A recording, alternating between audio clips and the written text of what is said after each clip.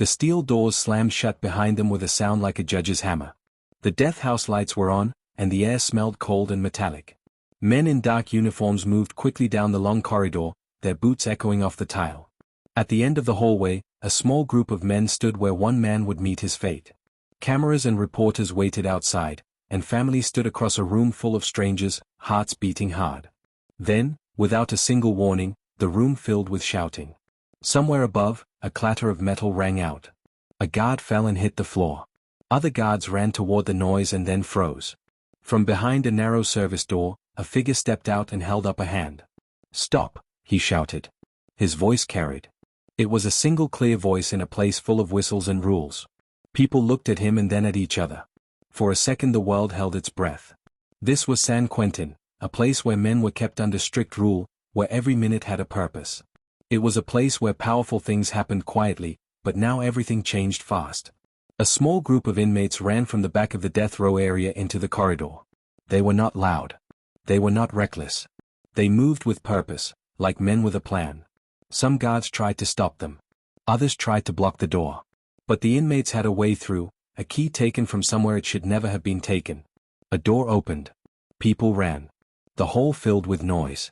Inside the visiting room, family members screamed and held their hands over their mouths. Officers shouted into radios that had no answers yet. The man who had been scheduled to die that day, an old man known by many names, sat very still. He did not smile and he did not cry. He watched everything with eyes that had seen a long time. Outside, sirens began to wail. In the towers, lights flashed. Men in helmets assembled. The prison shook with the sound of running feet. Then, just as fast as it had started, the alarms went dead. The radios went silent. The lights dimmed. The cameras that were supposed to record what happened blinked off. A single, thin calm voice came from the center of the chaos. "This is San Quentin," the voice said, and then the man who had stepped out of the service door raised his hand to the world and said, "Listen." And the chapter stops there, with everyone frozen and the world waiting to see what would happen next. To understand how a quiet, controlled place like San Quentin could explode into such raw chaos, we must go back. We must look at the slow, small things that grow into the big ones. We must watch how a prison becomes a place where deep anger and strict order live in the same room. San Quentin sits by the water, near the Golden Gate and the long bridges. It is an old prison. Men have lived there for decades. Over the years it became known for one thing that stands out above the rest: it holds men on death row. People who have been sentenced to the most serious punishments in our society. Many of those inmates are famous in the news. Some have writers and filmmakers talking about them. Families find them every day. That fame makes San Quentin different. It draws reporters, lawyers, and crowds. It makes the prison feel close to the lights outside the walls. The prison is large and old and full of stories. It was built with big stone walls and long walkways. The guards walk on top of high towers and look down into yards where men exercise. The cell blocks are tall and dark. The rules are strict: come when called, stay where told, speak only when spoken to. But every rule has a person who watches it, and sometimes that person is unfair. Sometimes guards try to make things easier. Sometimes they make things worse. Life inside San Quentin moves in routines: count in the morning, breakfast, work assignments, yard time, and then the nighttime lockup. Men work in kitchens and laundry rooms. They make pots in shops. They paint and fix things. Inside those jobs, they pass notes, tell jokes, learn who to trust. The prison has teachers and counselors and programs meant to help people change. But it is also a place with old rivalries, groups that do not like each other, men who arrived from the streets and brought their problems with them. One of the long threads of San Quentin's history is violence. Not always in big loud ways, but often in quiet small ways: a shove in a hallway, a hidden blade, an angry word. These small things add up. They grow into fear and mistrust. They grow into plans. And when men feel trapped, plans can become dangerous. In the 1960s and 1970s, the country changed and so did the prison. Voices outside began to say that prisons needed to be reformed. The prisoners wanted more chances to learn, better food, better medical care, and rules that were fair. Sometimes the warden and the officers tried to listen. Sometimes they did not. Those times built resentment. Among the prisoners, some men rose to be leaders. They had the calm look that made others listen. They understood the rules and how to bend them quietly. They also knew how to organize other men, how to move them from one place to another, and how to make small, careful actions look like chance. These leaders sometimes acted to protect their people. Sometimes they took high risks because they felt the only way to be heard was by making a loud noise the world could not ignore. San Quentin is also home to some of the most careful security systems in the state. Cameras watch many places. Gates are locked with special keys. Guards carry radios and have plans for every trouble. The state spends money on training and technology because the public watches what happens in that prison. But the prison has old plumbing and old wiring and old corners that were built when the world was different. An old place has places where rules are hard to keep. There are service corridors and maintenance rooms and small storage closets. Those are the places where a small tool or a piece of a key can hide. They are the places where a brave plan can start. People also come to San Quentin from different lives. Some men arrived thinking they would serve a short sentence and go home. Others had long years ahead. Some found religion inside the walls. Others found their friends. Some found enemies. People formed groups for protection and for friendship. Those groups sometimes turned on each other. Sometimes they tried to work together.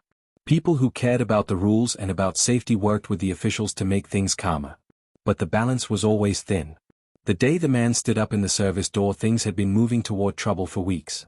The story began with small things that at first seemed unimportant. Work orders that were late. A family visit cancelled.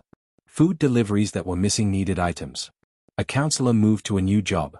A guard retired and was replaced by a new one who did not know the old ways. A few men were moved to different blocks, and other men noticed. Small changes like these are like tiny stones dropped in a pond. The rings spread. They touch people who live far away inside the prison. Men whispered. Men argued. Men wrote letters. Some men sent messages to the outside. The news sometimes covered little things and sometimes it ignored them. But inside the walls, the small things piled up and hardened into anger. There were also old tragedies at San Quentin that lived in memory. Years before, there had been fights that shook the prison. There had been stabbings and fights that led to lockdowns. There had been escapes that failed and arrests that followed. Families told their children stories about San Quentin men, and the prison's name carried weight. For many people in the community, San Quentin was a place of caution and fear. For the men inside, the memory of those events shaped how they planned, how they trusted, and how they feared. Some men turned to art and writing to move beyond anger. San Quentin has a long record of people who wrote poems, songs, and plays while they were inside. Those arts sometimes brought hope. They changed how people saw themselves. A poem might make a guard smile. A play might help a man think of his life like a story with turns. But art does not always stop violence. It cannot fix the holes in a roof or the wrong food in a tray. It cannot change a broken radio or a bitter memory. It can only help people for a little while. When the man in the service door rose and called for listening, he carried the weight of all those small things. He had watched friends be moved unfairly. He had seen promises made and then forgotten. He had seen a younger man cry when he could not call his mother. He had seen the way officers sometimes hit first and asked questions later. The man had reason to be angry. He wanted people to hear those small things, to make them big enough for others to understand. On the morning of the incident, the man had a plan. He wanted to bring attention to what he thought were wrongs. He wanted the press and the lawyers and the families to see. He did not want a fight if he could avoid it. He wanted change. But his plan also had danger. It asked men to trust him and to trust that the outside world would listen. It asked officers to stay calm and let talks happen. When the plan finally moved from whispers into action, not everything went as anyone hoped. Men in different parts of the prison reacted in different ways. Some were cautious. Some were eager. Some simply watched and waited. A few men had other ideas. In the blink of an eye, the corridor became a place of action. Now, in the present, the guards rushed and the alarms went quiet. The man who had stepped into the corridor stood with his hand raised and the room full of people looked at him as if waiting for a single word to change everything. He said, simply, listen. And then he began to speak about the things that had been building for months. He spoke for the men who had no voice, for the families who had been ignored, for the broken radios and the empty medicine cabinets. His words filled the hall. Behind him, a small group of men moved toward the outer door. The plan included getting the attention of the people outside. They wanted lawyers and reporters to walk in, to see, and to hear.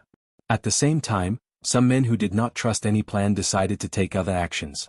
They moved quietly to other parts of the building, carrying small tools they had hidden. They opened a service hatch. They slipped keys from a place that should not have had them. They did not want to wait. The first time a guard fell and hit the floor, no one wanted it. But then a second guard was shoved, and men who had promised peace felt hot anger rise like a flood. Hands were pushed into pockets for nothing or for something, a key, a screwdriver, a piece of metal. The plan shifted from a quiet call to a tense scramble. The visitor room overflowed with noise. A mother reached for her child's hand and felt the child's fingers shaking. The man who had been scheduled to die that day looked down at his folded hands and did not move. He had long thought about life and death. For him, this was the last of many choices. Outside, the city heard sirens and the word spread fast. The news vans came. And somewhere between the sirens and the cameras, a single truth hung in the air. San Quentin was no longer only a place for punishment. It had become a place where men would ask the whole world to listen. The chapter ends at that tense second, with alarms dark, voices raised, a man with his hand up, and men moving behind him who did not always want the same thing. The next action could be talk, or it could be force. The whole prison waited.